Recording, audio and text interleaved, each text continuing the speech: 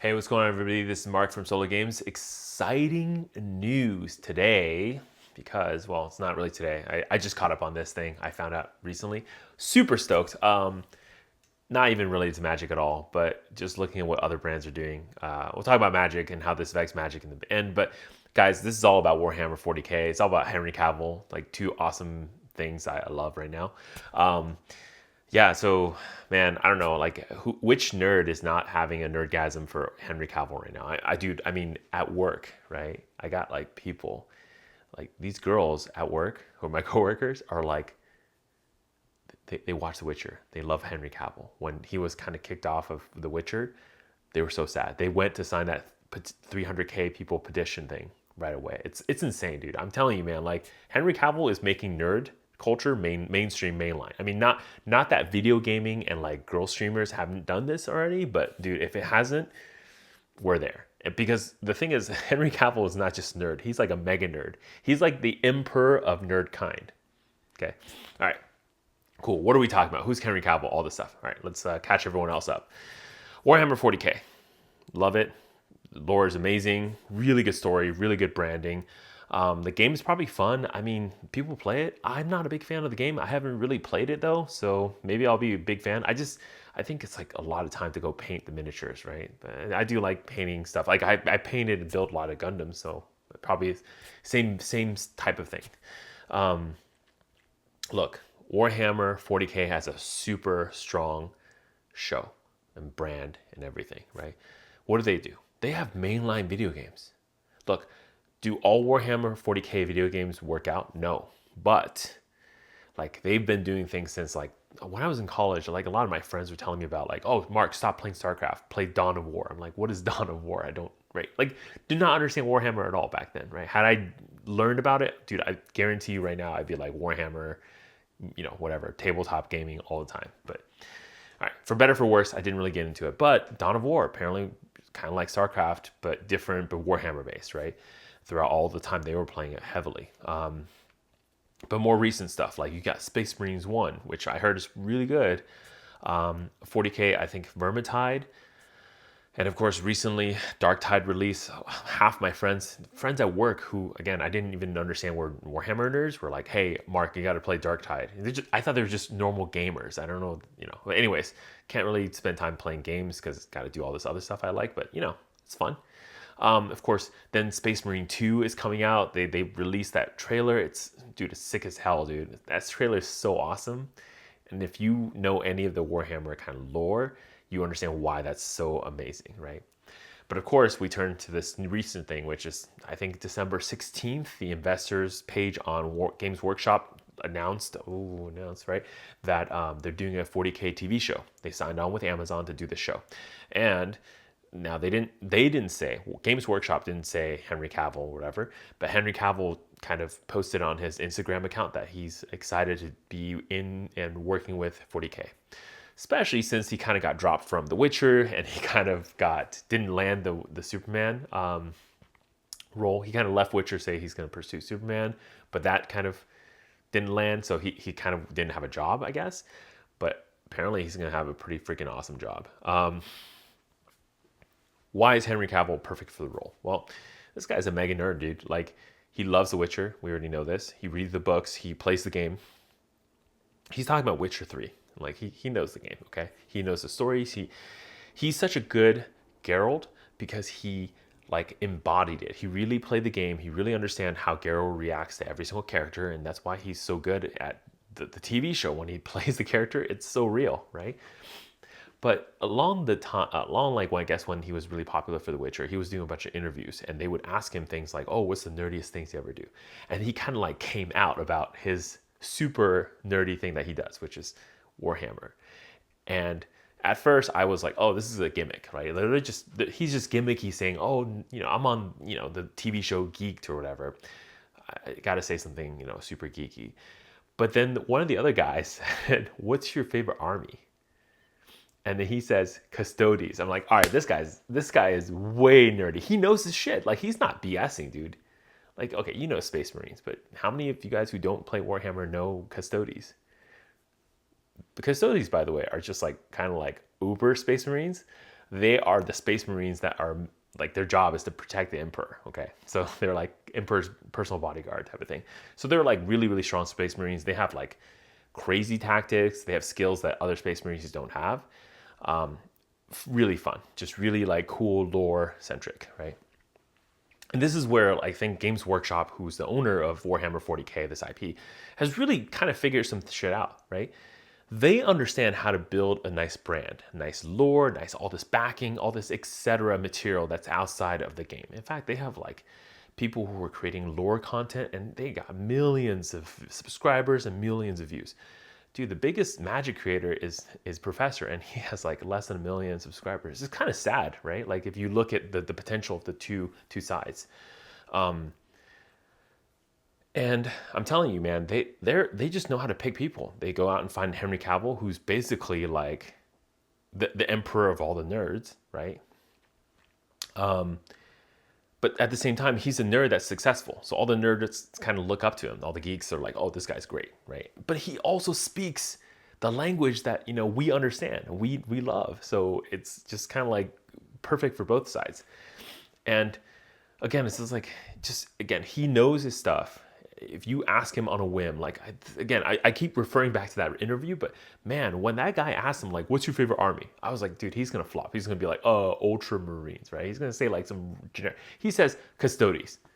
And the guy's, oh, really? I'm building a Necron army. He's like, oh, yeah, they're pretty strong too. Like, the next sentence that he didn't say was like, oh, you know, I know about their like resurrection protocol. Like, he knows all the stuff. You know, he knows about what's going to happen next. So this is why he's a perfect fit. Now, Warhammer 40K is also a really difficult TV show to do. Why? Dude, I mean, Warhammer 40K universe is super grim, super dark, filled with gore, very violent. It just feels like it's really bad for television, right? But it's also like really good, because I think what's happening is that throughout the last couple years, I kind of sense that our society, maybe all across the globe, is shifting on what we think is normal. In some ways, if you think about like, you know, TV shows of the 70s, 60s, 50s, right? Gone with the Wind, that kind of Casablanca, these kind of movies were, you know, epic and good, but they represented the normality of that time, what's considered classy, standard, etc. And of course, that changed in going to the 80s, 90s, 2000s. And I have a feeling it's kind of changing again, because I'm watching TV shows and I feel like, man, it's pretty grim and pretty dark and people love it, right? Like think Game of Thrones. Game of Thrones just like threw everything out the door, right? You got naked chicks and stuff walking around. Of course, this is before they get like overpaid, right? Like Amelia Clark, when she was like starting out, like she had to do naked scenes basically. And there's no way she's doing that now, right? But if you think about what's happening with respect to like the change of the audience and their appetite for things. I mean, we have Walking Dead. Walking Dead would have never gotten a TV show. It's too gory. It's too much, right? The scene with like Negan, dude, half the stuff you couldn't have on TV back then, but now it's all different. So that's why I think actually Warhammer could work out really well. But man, look at Warhammer. They're just going crazy. They're building a crazy IP. They're building a crazy brand. They know the right people to work with to actually do it correctly. Look, my only concern is Amazon, but at the same time, I don't really think Amazon's the problem. I think the writers are going to be the problem. So I really hope, you know, it sounds like Henry Cavill's not just going to be acting in the show. He's going to be executive producer. So he has a lot of power to go potentially direct the show in certain ways. So that should be a good thing. Hopefully he picks the right writers. Honestly, they don't need to pick any writers. Just pick the guys from Games Workshop. These guys already wrote the story. Just write it again for TV show. Should be pretty good. Maybe add a couple people who know how to do TV, you know, different from, you know, just literature. Yeah, but here's the thing. Look, it doesn't matter if the show is dark, grim, whatever, horrific. That's not really a problem. What's really going to be true is if it's a good story, you have good character building, good world building, things that just make you like the characters, love the lore. That's all you need. The rest of it doesn't even matter that much. Because if those things are core and good, then the show is just going to be amazing. House of Dragons is a really good example of this. House of the Dragons, by most standards, is very boring because it's full of court politics. The dragons barely show up. They do a little fighting here and there, but it's not really about that. It's not about war. It's not about sword fighting. It's about a lot about court politics. but because of good character building, character development, dialogue, story, the world feels more real, feels more like, good. And it's good, just very refreshing to have a show where it's not all about, things blowing up all the time. And it's more about, something more intelligent. It kind of piques your interest on the intelligence side a little bit more. So, end of the video, I do want to bring it back to magic, right? Because this is a magic channel, kind of. So, look, sometimes like when we're stuck in this whole magic universe, right? We think things like, oh, look, this TV show can't be done. Doing it super out of the box can't be done. And you kind of get stuck in a box. And I feel like that's where magic is stuck. If you look at Warhammer, they're open to doing a TV show. They're open to doing video games. They're open to doing other, lore tangential things that have nothing to do with tabletop. In fact, if you think about how it works, most of the lore and the shows and whatever, the characters are way too powerful. They don't represent at all what you see on the tabletop game.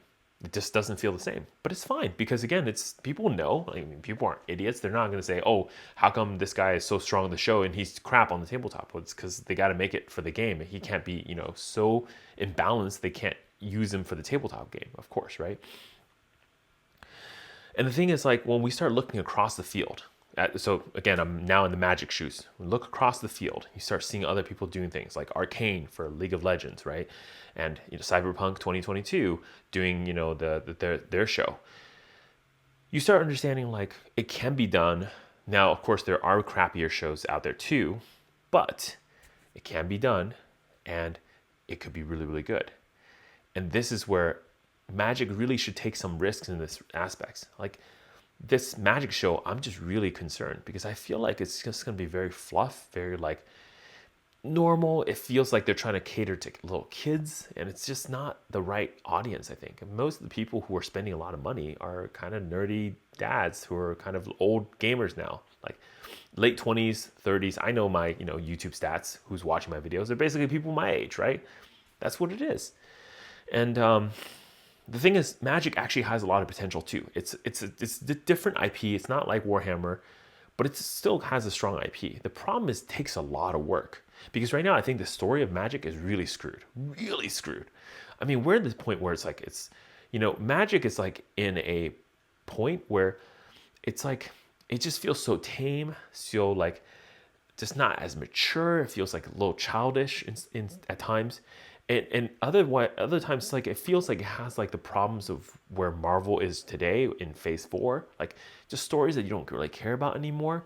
But Magic never really had a true end game. I know a lot of people are going to argue that like War of the Spark was the end game of Magic, but it really wasn't though, because I feel like nothing was at risk. It wasn't like super epic. And here's the problem: they didn't really even make the story like super blatantly obvious.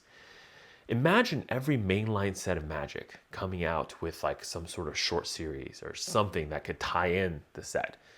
Dude, here's a really great one, right? So if you remember Neon Dynasty, when they released that video of like kind of like the anime story between Kaito and the Wandering Emperor, had they made that into a mainline anime, look, I'm not asking for a lot. I'm saying like, look, make it a short film, like 1.5 hour type of runtime, 1 hour, 1.5 hour anime, or maybe a 6-episode anime. Do exactly what you're doing, right? Because it looks like a montage, but make that the full story. And then release that with Neon Dynasty, it would have been a killer. I mean, look, Neon Dynasty didn't need extra promotion. It was a great set. It had good cards. The cards are flavorful. People love the anime art. It didn't need any extra oomph, but had you done it, you could have gotten more, right? And what I'm saying is like, maybe do that more. Brothers War, what a wasted opportunity. This is an amazing story, right? You don't have to even, here's another way to do it. You don't have to do Brothers War and then show the story that's currently ongoing, because it feels kind of like, maybe you're giving out too much. But you could have done the old Brothers War story from Antiquities, right? Piecing together that kind of like fragmented story, showing what it was. Not what's going to be changed, but what it was just last time. I think that would have been really sweet too. And this is where there's so much potential in Magic. Like, and I'm nobody.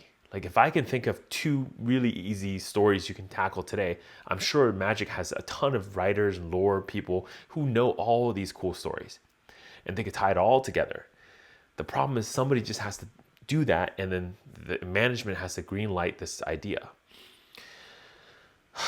Yeah. So again, look, Magic has so much potential, and I just feel like we're wasting it all because we're not even trying.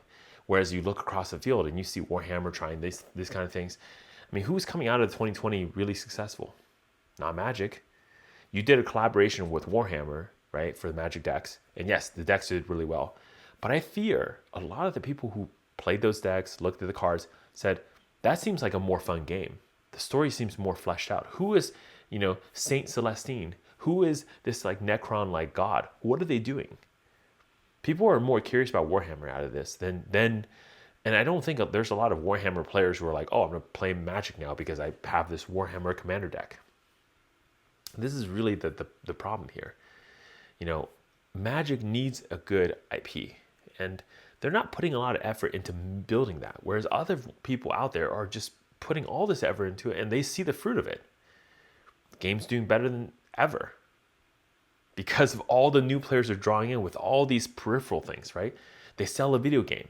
People look at the video games like, what is Warhammer? They start buying the miniatures. They start reading the books. They start, getting really into it. Dude, honestly, Warhammer is like this close from releasing a card game and just completely dominating the market. Why would they not do that? Just something to think about. This is crazy that Magic has not done this. All right, anyways, potential on the table. But look, guys, super excited. Warhammer 40K TV show. Please, Henry Cavill is awesome. If he's actually going to be able to get the direction and get the support from the writers to do a good show, it's going to be amazing, guys. Like, Henry Cavill does, when he plays a character or role he cares about, he does a great job. So anyways, that's going to do it for me today. Mark Solar Games. Peace.